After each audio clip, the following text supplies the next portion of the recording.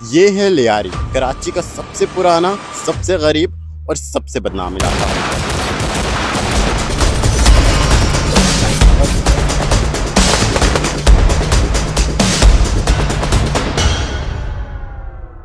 कराची पाकिस्तान का सबसे बड़ा शहर है, लेकिन क्या आपको पता है इस शहर में एक ऐसा भी इलाका है जहाँ की गलियों में मौत का नंगा नाच होता था। जी हाँ, मैं बात कर रहा हूँ लियारी की। लियारी की इन गलियों में target killing, smuggling, drug dealing और पॉलिटिकल पावर ने इन गलियों को खून से रंग दिया था। लेकिन कहानी यहाँ से शुरू नहीं होती है, तो चलिए शुरू से शुरू करते हैं।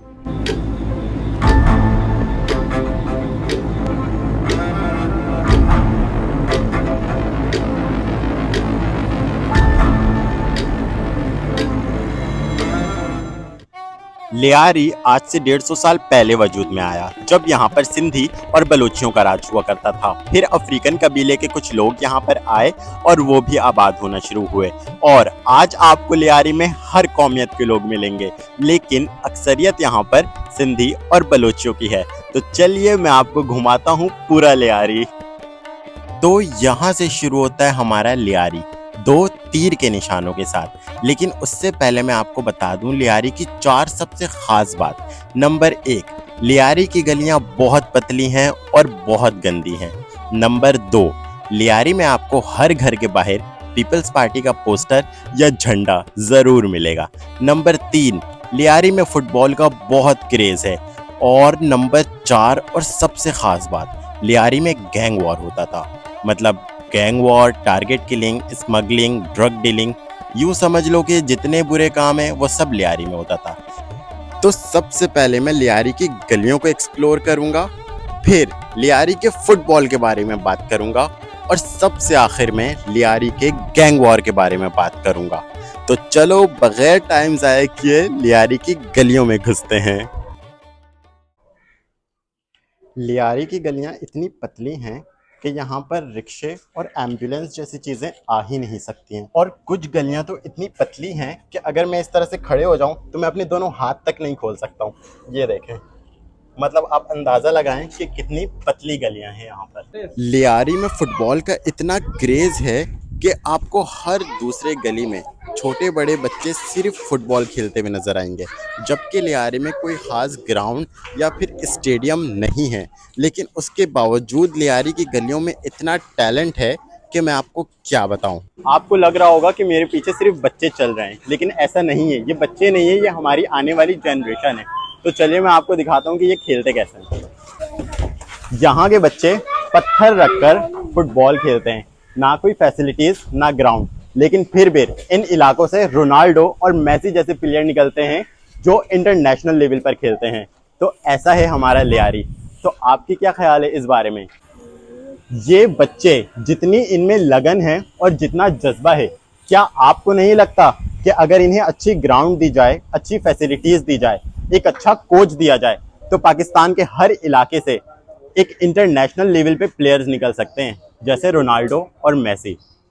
अभी मैंने यहाँ पर किसी से एड्रेस पूछा है कि फ़ुटबॉल ग्राउंड कहाँ पर है, तो मैं चलकर जा रहा हूँ फुटबॉल ग्राउंड तक और आपको दिखाता हूँ कि मतलब लियारी में किस तरह के छोटे छोटे फुटबॉल ग्राउंड्स हैं और बॉक्सिंग क्लब्स हैं, ताकि आपको अंदाज़ा हो कि यहाँ पर निज़ाम कितना ख़राब है और लोग कितने टैलेंटेड हैं।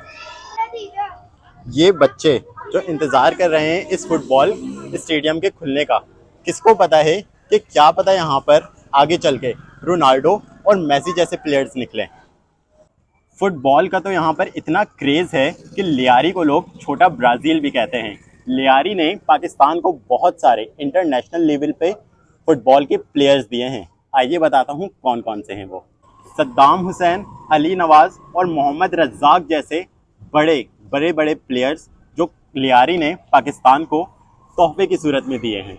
लेकिन फिर भी आखिर क्यों लियारी की मैनेजमेंट इतनी ज़्यादा स्लो है?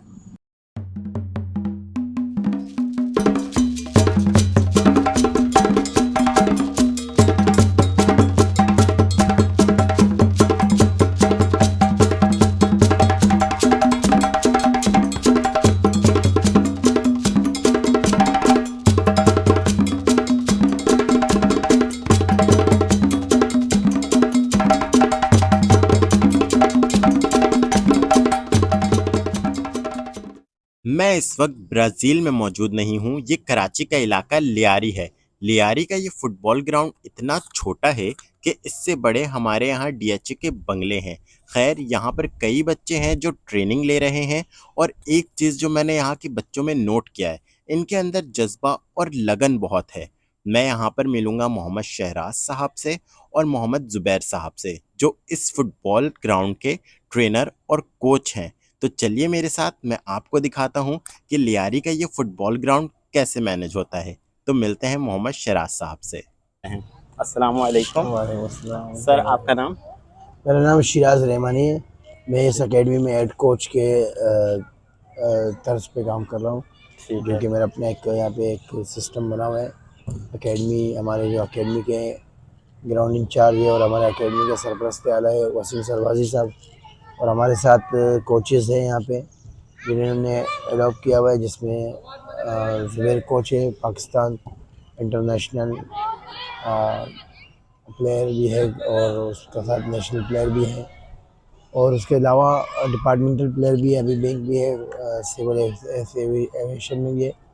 तो हमारे पास इस वक्त एकेडमी में 250 से 300 बच्चे ज़ेर हमारे निगरानी में ट्रेनिंग कर रहे हैं, और इसके अलावा हमारे पास बच्चियाँ भी हैं जिनके हफ्ते के 2 डेज़ हैं। लड़कियों की स्पेशली फ्राइडे सैटरडे 2 से 4। तो मोहम्मद शहराज साहब से मैं ये जानूंगा कि उनको यहाँ पर ट्रेनिंग देते हुए कितने साल हो चुके हैं और वो ये काम कब से अंजाम दे रहे हैं। मुझे तकरीबन 10 साल हो रहे हैं मैं ट्रेनिंग करवा रहा हूँ। यहाँ पे मिट्टी था, कुछ भी नहीं था। ये तो ग्राउंड अभी 5-6 साल हुआ है बना है। इससे पहले तो मिट्टी था, उस पर हमने काफ़ी मेहनत किया बच्चों पे, तो यहाँ से बड़े बड़े बच्चे निकले हैं। हमारे यहाँ के बच्चे बैनुल अक़वामी सतह पर खेल रहे हैं इस वक्त। तो यहाँ पे हमारे पास ना कोई सरकारी फंड है, ना गवर्नमेंट का कोई सपोर्ट है, ना कोई हमारे यहाँ ऊपर किसी सरपरस्त आला का ध्यान है जो कि बड़े लेवल में बड़े ओहदे में फाइज है। तो मैं चाहता हूँ कि जितने भी सिंध हुकूमत से ये रिक्वेस्ट करता हूँ कि खुदारा आप ऐसी जगहों में आए जहाँ पे स्पोर्ट्स को प्रमोट किया जा रहा है, जहाँ पे एक अच्छा इंसान के साथ अच्छा स्पोर्ट्समैन बनाया जा रहा है। तो मेरे साथ यहाँ पर मोहम्मद ज़ुबैर मौजूद हैं और मैं इनसे पूछना चाहता हूँ कि ये कितने साल से इस फुटबॉल क्लब में अपने खिदमात अंजाम दे रहे हैं। बिस्मिल्लाहिर्रहमानिर्रहीम। मेरा नाम ज़ुबैर फैज़ है। अल्हम्दुलिल्लाह मैं बचपन से ही फुटबॉल खेल रहा हूँ, लेकिन इस ग्राउंड में तकरीबन कोच अमाद फुटबॉल अकेडमी में तकरीबन मैं 8-9 सालों से काम कर रहा हूँ, गर्ल्स एंड बॉयज़ के ऊपर। सर, आप मुझे इस जगह की लोकेशन बता देंगे कि ये लियारी में कहाँ पर वाक़या है? ये लियारी, ये सरबाजी मौला सिगुलैंड सरबाजी ग्राउंड है। मैं आपका शुक्रगुजार हूँ जो आपने हमारे स्पोर्ट को, फुटबॉल को खुसूसन, जो फुटबॉल का सिर्फ ओनली अल्लाह के सिवा कोई नहीं है, और आप जैसे भाई हैं उनको सपोर्ट करते हैं। मैं अप्रिशिएट करता हूँ आपको तहे दिल से, जो आप यहाँ आए हमारे बच्चों को मोटिवेट करने। तो ये आपके लिए एजाज, हमारे लिए एजाज की, प्राउड के लिए प्राउड की बात है। तो मोहम्मद ज़ुबैर साहब, आपको ऐसी क्या चीज़ है जो बचपन से मोटिवेट करती थी और आपने ये फील्ड चूज़ किया, और आप हमारी आने वाली जनरेशन को और हमारी जो जनरेशन जेड चल रही है, इनको आप क्या नसीहत करना चाहते हैं? देखो, नसीहत यही है, जब मैं अपने बारे में पहले बता चुका हूँ, मेरे घर से ही मुझे ये तरबियत दिया गया कि मेरे वालिद साहब नेशनल, मेरे भाई ने एक डिपार्टमेंट बनाया, मेरे लिए फ़ख्र की बात है अल्हम्दुलिल्लाह। और दूसरी बात जो मैंने स्ट्रगल किया है, तकरीबन मैं सुबह ट्रेनिंग करने जाता था HBL का, फिर 1 बजे मैं आता था घर पे, मतलब घर पे, फिर ग्राउंड में जाता था 1 बजे ट्रेनिंग करके 5 बजे फिर फिनिश करता था। फिर मगरिब के बाद रात को मैं जाता था, फिर छत पे अपना डिप्स वगैरह लगा, क्योंकि मुझे पता होता है आगे जाने के लिए क्या करना है। आगे जाने के लिए आपकी ईमानदारी, आपकी सच्चाई, आपकी मुखलिसी, और अपने लिए ज्यादा से ज्यादा स्ट्रगल करना, मेहनत करना, अपने जज्बे के लिए, मतलब आपको कुदरती आपके अंदर ऐसा जज्बा होना चाहिए, मुझे करके दिखाना है। बिल्कुल, अगर आपके अंदर लगन हो और जज्बा हो तो फिर आप कुछ भी हासिल कर सकते हैं। इसी के साथ आपने देखा लियारी की गलियां और लियारी के फुटबॉल के क्रेज को। तो चलिए अब हम बात करते हैं लियारी के सबसे कंट्रोवर्शियल टॉपिक के बारे में, जो है गैंग वॉर।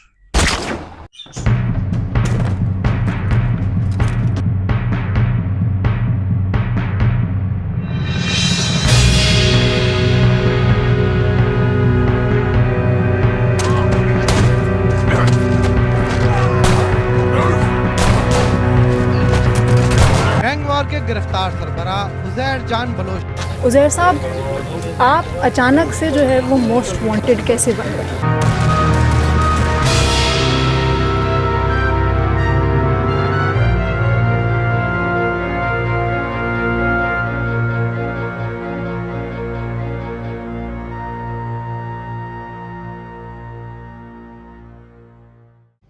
90s के आखिर तक और 2001 के शुरुआत तक सब कुछ ठीक होता है लियारी में, लेकिन फिर शुरू होता है लियारी की बर्बादी, जिसमें लियारी एक बैटल फील्ड बन जाता है।